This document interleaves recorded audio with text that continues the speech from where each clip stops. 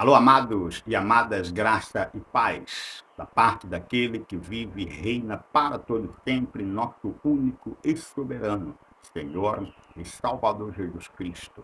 Ele mesmo quem nos ama com amor eterno e com seu precioso sangue, único sacrifício, nos aperfeiçoou para sempre, nos dando nele mesmo a eterna redenção.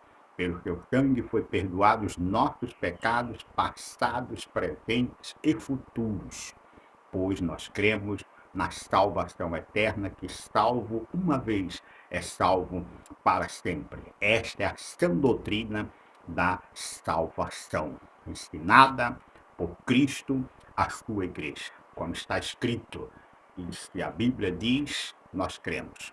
Desde já, quero agradecer a Deus por mais esta oportunidade para a gravação de mais um vídeo como seu príncipe para o anunciar, aí dando continuidade ao tema A Sã Doutrina de Cristo. O Evangelho exige renúncia. E hoje, em virtude da renúncia, eu vou falar a respeito do sofrimento que é causado por causa desta renúncia, por causa do amor a Cristo e ao Evangelho. Amor este que está acima do amor de pai, de mãe, de esposa, de filhos, filhas, irmãos e irmãs, aí nos dá o poder de até mesmo renunciar às nossas próprias vidas, tomar a cruz como requer o Senhor e segui-lo em nome de Jesus. Tá bem? Desde já eu quero agradecer a Deus pelos que estão inscritos no canal. Não deixe de dar o like, né? Fazer comentários, que é muito importante para outras vidas, tá? Eu quero like, não como muitos já estão fazendo aí do YouTube, uma fonte de lucro, né? Querendo inscritos, querendo likes, querendo isso, já aí transformando esta plataforma aí como uma fonte de lucro. Este não é a intenção aqui do Príncipe do Senhor. A intenção é de que a palavra do Senhor corra e seja glorificado, alcançando vidas, libertando desse sistema perverso que é contra a simplicidade e purezas devidas a Cristo. Esta é a intenção da sua inscrição, do seu like, dos comentários, é fazer com que a palavra do nosso Senhor corra e seja glorificada. Aqueles que não estão inscritos, escreva, não tenha medo, esta é uma boa obra esta que Deus de antemão preparou para que nós em Cristo andemos nela. Então, inscreva no canal, deixe o seu like, né? Faça um comentário, glorifique a Deus pelo o que Deus nos está revelando a sua palavra mediante o Espírito Santo, conferindo nós coisas espirituais com espirituais. Desde já, eu como príncipe do Senhor, revestido desta autoridade para somente ouvir a voz dele e falar aquilo que ele quer que eu fale à sua igreja, fale aquilo que nós precisamos da parte dele ouvir, precisamos ouvir, não que nós queremos ouvir, tendo aí como muitos coceiras nos ouvidos que estão aí perturbados, estão aí cegos por tanta curiosidade em nome de evangelho. Então, desde já, Pai amado, toma todo o nosso pensamento cativo à obediência de Cristo. Destrói, meu Pai, toda fortaleza, anula sofismas e altivez que se opõe e se levanta contra a tua palavra e contra o estudo da tua palavra. Pai, libera maçãs de ouro e salvas de prata, que é a tua palavra, Pai, dita ao teu tempo. Assim oramos, meu Pai, em nome de Jesus e para a glória de Deus. Vamos ao tema. Hoje a palavra se encontra no livro, aleluia, de Mateus ainda, né? Livro de Mateus, no capítulo, aleluia, capítulo 7, versículos 13 e 14. Vamos lá? Diz assim a palavra do Pai, Mateus 7, 13 e 14. Diz assim a palavra do Senhor. Entrai pela porta estreita, larga é a porta, espaçoso o caminho que conduz para a perdição. E são muitos os que entram por ela, porque estreita é a porta e apertado é o caminho que conduz para a vida. E são poucos os que acertam com ela. Quero pregar um evangelho aí de porta larga, que é o tempo que estamos vendo, não vivendo. Graças a Deus, Deus tem nos guardado destas portas largas, destes caminhos largos, nos mantendo aí nas portas estreitas e no caminho estreito. Tá? Graças a Deus por isso. É pregar um falso evangelho, um evangelho que não tem poder de dar ao eleito de Deus a renúncia a tudo aquilo que ameaça a sua comunhão e vida com Cristo aqui. Então, este evangelho de porta larga são evangelhos que têm aí a falsa circuncisão, é um evangelho que Paulo chamou de heresias, né? Que estão aí dentro de lugares chamados igreja, movidos por espíritos enganadores de ensinos de demônio, diz a palavra do Senhor. E este espaçoso evangelho oferece aos falsos cristãos, né? Que não são cristãos, né? Que o cristão verdadeiro, este nasce da palavra e do Espírito, Efésios 1,13. O verdadeiro cristão não nasce da água, de batismo, como muitos dão muita ênfase a este batismo, não compreendendo que a Bíblia fala em um só batismo, que é o batismo do Espírito Santo, quando o eleito, no tempo de Deus, recebe a palavra.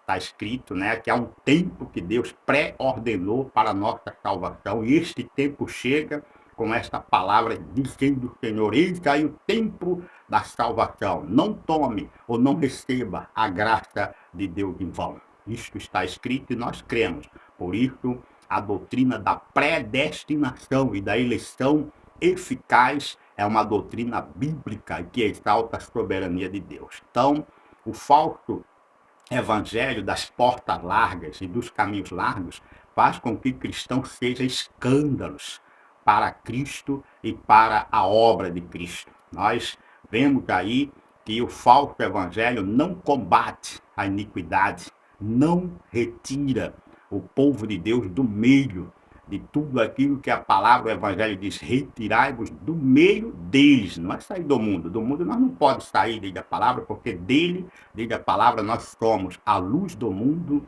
e o sal da terra. Nós estamos no mundo, enviados por Deus para o meio de lobos como ovelha, dando frutos, não praticando obras, que muitas das vezes estas obras faz com que o cristão desobedeça e não obedeça, e diga a palavra: eis que é melhor obedecer do que sacrificar. Há muitos cristãos aí com a manifestação de Saul, não a de Davi. Saul era um rei que se alegrava com os sacrifícios, mas não obedecia ao Senhor. Davi era um homem segundo o coração de Deus. Ele tinha prazer em obedecer ao Senhor. E o falso evangelho está aí com a manifestação e as marcas de Saul, não as marcas de Davi. Davi sempre foi no nome do Senhor. Davi matou um urso, matou um leão e matou um gigante no nome do Senhor. E Saul confiava na armadura dele. A armadura significa aqui obras, campanhas, jejuns, montes, tudo aquilo que não é a simplicidade e pureza devidas a Cristo. Onde está esta palavra? Nós lemos da semana passada, vamos ler aqui de novo. Está aqui as portas largas anunciadas por este daqui, ó, em Mateus 7,15. Cautelai-vos dos falsos profetas que se vos apresentam disfarçados de quê? Em ovelha, mas por dentro são o quê? Lobos roubadores. Pelos seus frutos os conhecereis. Colhe-se porventura a uva dos espinheiros ou figos dos abrolhos? Assim, o Senhor vai afirmar, assim toda árvore boa produz bons frutos, porém a árvore má produz maus frutos, ok? Então, este falso evangelho, por não ter a sã doutrina, por não ter os ensinamentos do Espírito mesmo, como diz a palavra, porque aí o mistério continua sendo pregado. Até o próprio Cristo, quando esteve aqui, ele falava em parábola. E a palavra diz que as parábolas eram para somente dar entendimento aos que eram do reino. Assim também o evangelho verdadeiro, genuíno, a sã doutrina, ele é pregado em mistério, na sabedoria que Deus preordenou desde os tempos eternos para a minha e para a sua glória. Sabedoria esta que os poderosos deste século não conheceram. Porque se tivesse conhecido, não teria crucificado o Senhor da glória e nem teria como foi estar sendo uma vergonha para o evangelho, uma vergonha para a doutrina. Então, esses falsos profetas oferecem uma série de coisas, né? Oferece felicidade, oferece prosperidade, oferece bem-estar, quando na verdade o verdadeiro evangelho nos oferece a graça de Deus e o poder até mesmo para sofrer por Cristo. Não é somente de crer, não, porque os demônios creem e diz a palavra. Então, o crente, ele recebe uma graça especial, não somente para crer, mas também para padecer, ou seja, sofrer e até mesmo morrer. Onde está esta palavra, meu amado? Está lá em Filipenses. Aleluia, glória a Deus. Filipenses, capítulo 1. No capítulo 1 de Filipenses, diz assim a palavra: o que é viver o evangelho? O modo digno do evangelho. Não é fazendo obras, não. Obras anula a cruz de Cristo, torna vã a graça de Deus, diz Gálatas, capítulo 2, quando Paulo fala que não vivo mais eu. E o viver que eu tenho agora, na carne, vivo pela fé no Filho de Deus. Que me amou e assim mesmo que entregou por mim. Não anulo a graça de Deus, viu? Então, Filipenses vai agora mostrar que eu e você recebemos a graça de Deus, não somente para crer em Cristo, também para renunciar tudo aquilo que ameaça o nosso amor por Cristo e a sua obra. A palavra diz que quem ama o Senhor e a sua, ou o seu reino, a sua obra, o seu reino, este é digno do Senhor, diz a palavra, e tem tudo o que é necessário para que nós possamos cumprir o que Deus nos confiou na esfera do ministério que ele confia a cada um, segundo a proporção do dom de Cristo, e nada segundo eu, nem nada segundo o homem, mas sim segundo Cristo. Vamos lá?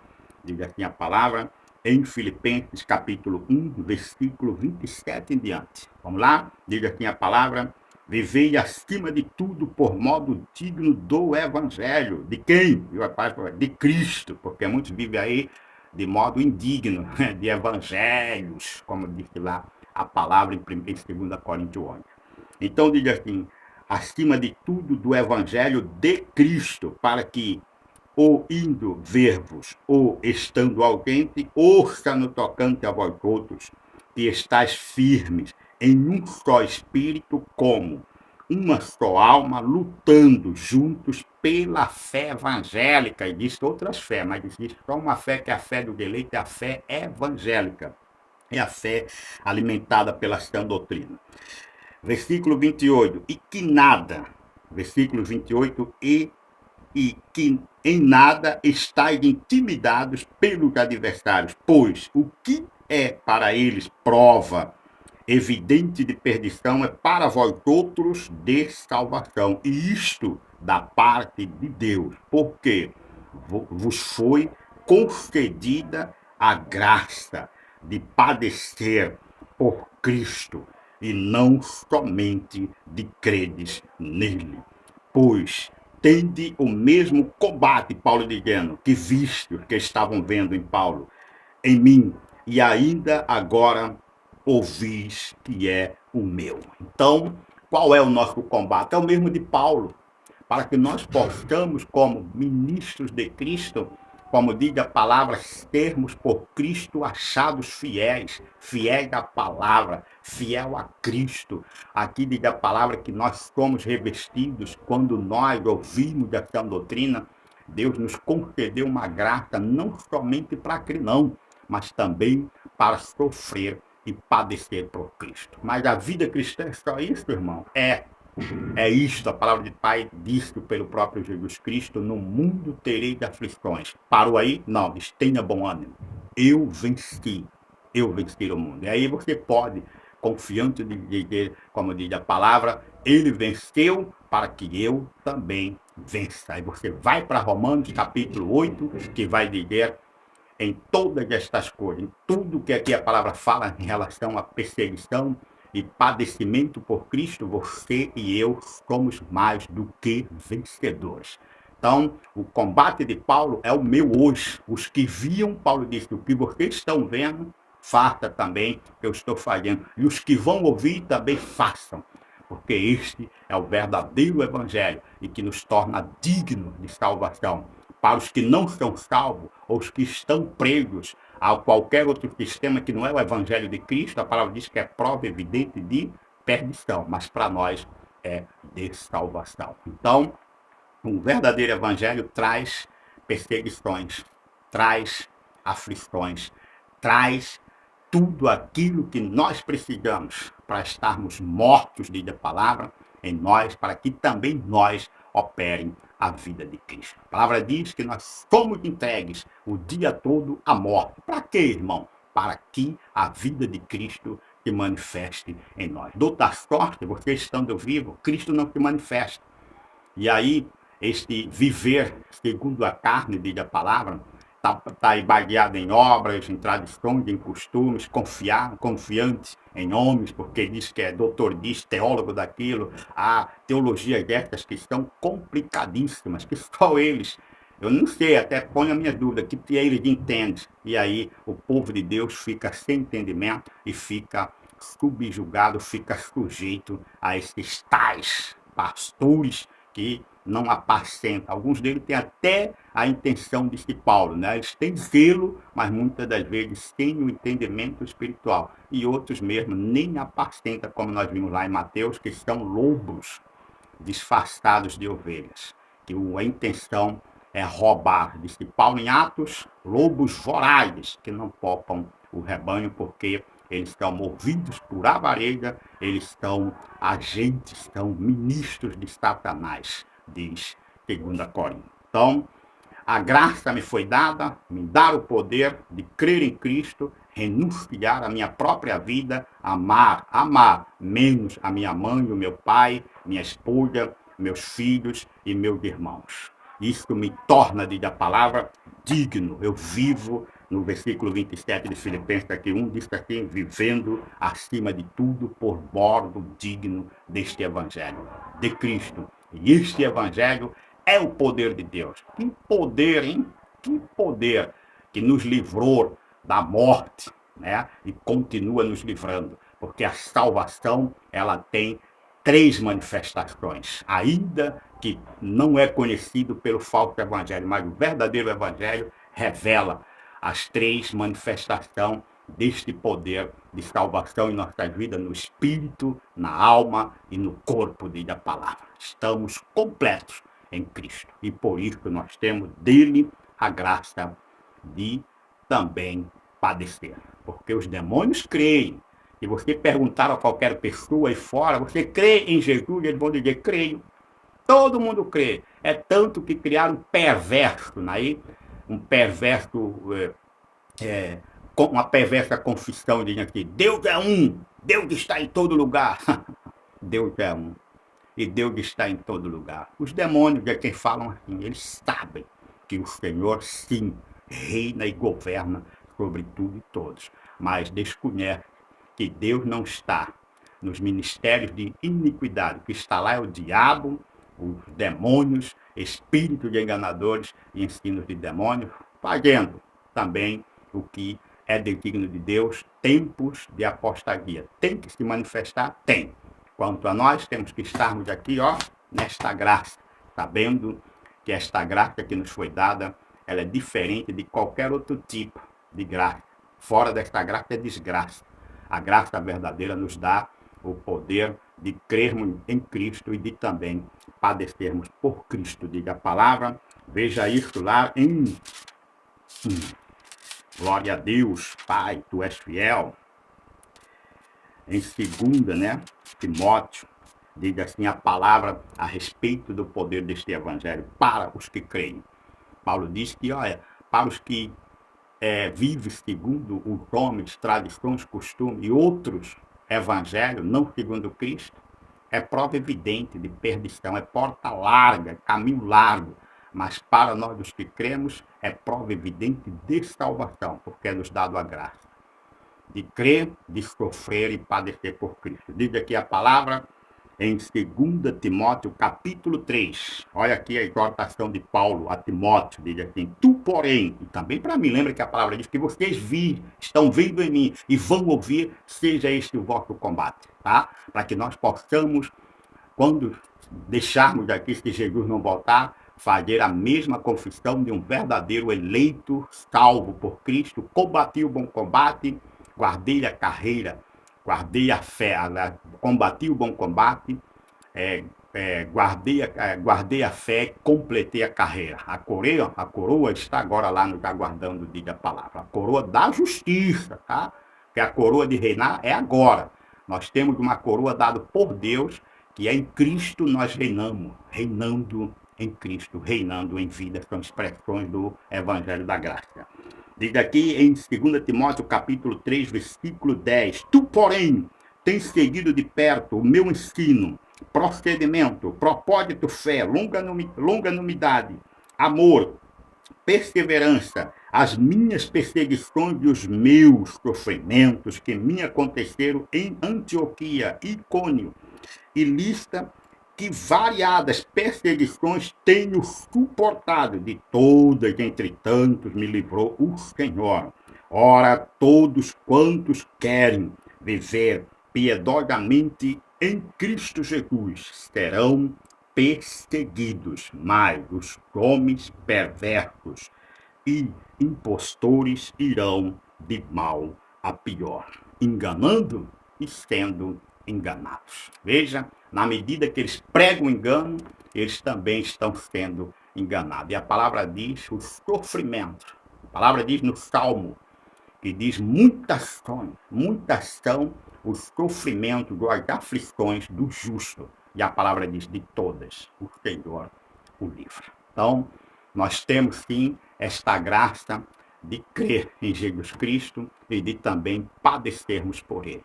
Por isso, meus amados irmãos, o bom combate é você não se conformar com este século, é você não se amoldar a esta geração que estamos vivendo. E não espere dias melhores, como muitos ficam dizendo. Dias melhores virão. Não. Os nossos dias melhores estão na cruz de Cristo, está nas nossas vidas. Mesmo que o mundo, diz a palavra, esteja aí em ruínas, nós estamos de pé, diz a palavra do Senhor, porque nós estamos com as nossas vidas ocultas no céu, em Cristo, guardada por Ele. Então, tudo o que se manifesta das nossas vidas vem lá do alto. São manifestações que a Bíblia chama da minha e da sua herança em Cristo, diz a palavra, segundo a promessa. Então, não se preocupe. Ah, tem perseguições. Aí você é um verdadeiro por Cristo e pelo Evangelho. Pedro diz que nós não devemos sofrer como cristão que se mete em negócios alheios. Tá? Não fica preocupado com o que o mundo está aí acontecendo. Deixa o mundo lá, diz a palavra. Nós, como luz apenas, sejamos luz para que aqueles que são de Cristo venham até nós, como muitos foram para nós luz e trouxe o Evangelho para as nossas vidas. Esta é a nossa preocupação, mas não espere dias melhores e nem tente mudar o mundo não, tá? Porque o mundo já foi julgado, diz a palavra. Ele caminha para a destruição. Paulo, em Efésios, nós vamos ver, né? A palavra diz que os dias são maus. Então, para os que creem, os dias são de paz. A palavra diz que nos foi dada uma paz que excede todo entendimento e que ela nos guarda, nos segura, nos protege de toda e qualquer situação ou circunstância, diz a palavra. Portanto, não espere dias melhores não, porque não virão. A palavra do Pai diz que nós em Cristo já estamos em dias, a cada dia. A palavra do Pai diz que em Cristo Ele sempre nos conduz em triunfo. A palavra diz que em todas estas coisas nós somos mais do que vencedores. É preciso que eu e você esteja cada dia renunciando as nossas vidas, dia após dia, quer dizer, morrer, ser entregues à morte o dia todo, para que a vida de Cristo em nós o dia todo esteja manifestada. E assim nós possamos ter esta alegria, esta graça que os apóstolos, a igreja primitiva, tiveram.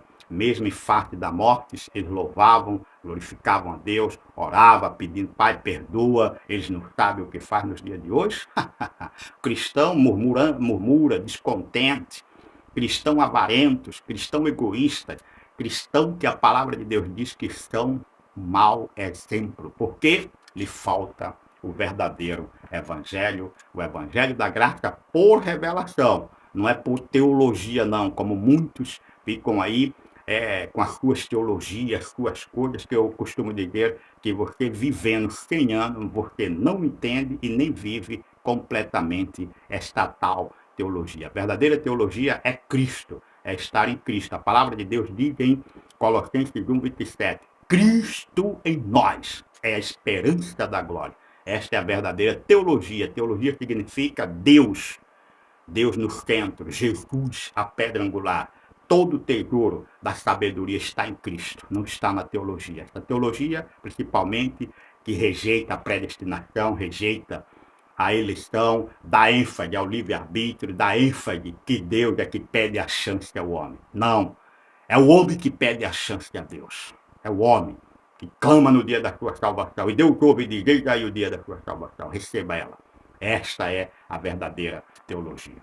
Quanto mais, continue aí orando pela minha vida, pelo meu ministério, para que eu ousadamente, como príncipe do Senhor, abra a minha boca no poder do seu Espírito e anuncie o que ele quer ser e quer que anuncie a sua igreja. E assim eu termino. Quem tem ouvidos, ouça o que o Espírito diz à igreja. A todos, graça e paz.